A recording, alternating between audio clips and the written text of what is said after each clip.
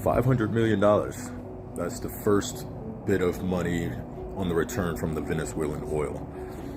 Why is the American president sending that money to an offshore account in Qatar?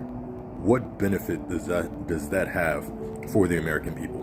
Why is he putting the $500 million in an offshore account that only he has access to, that he controls?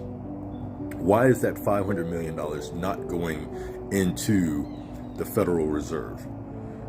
How is this beneficial to the American people? Why aren't more people outraged about this? This guy, he received a $400 million plane from Qatar that we, the American people, had to refit to make it secure so that he could utilize it as Air Force One, that he's going to use after he leaves office, which he never intends to leave office. Now, he's sending the first bit of proceeds, the $500 million, to Qatar so that it can go into Qatari banks to where they can use it and collect interest on the $500 million. How does that benefit us, the American people?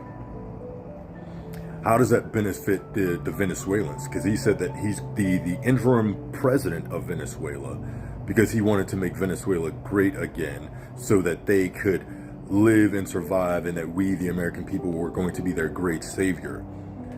But he only took Maduro out of power, and he left the rest of Maduro's cabinet in power.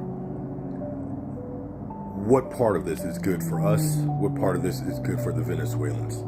This is blatant corruption. This is obvious corruption. And I'm so baffled as to why our Congress is not stepping up and doing anything.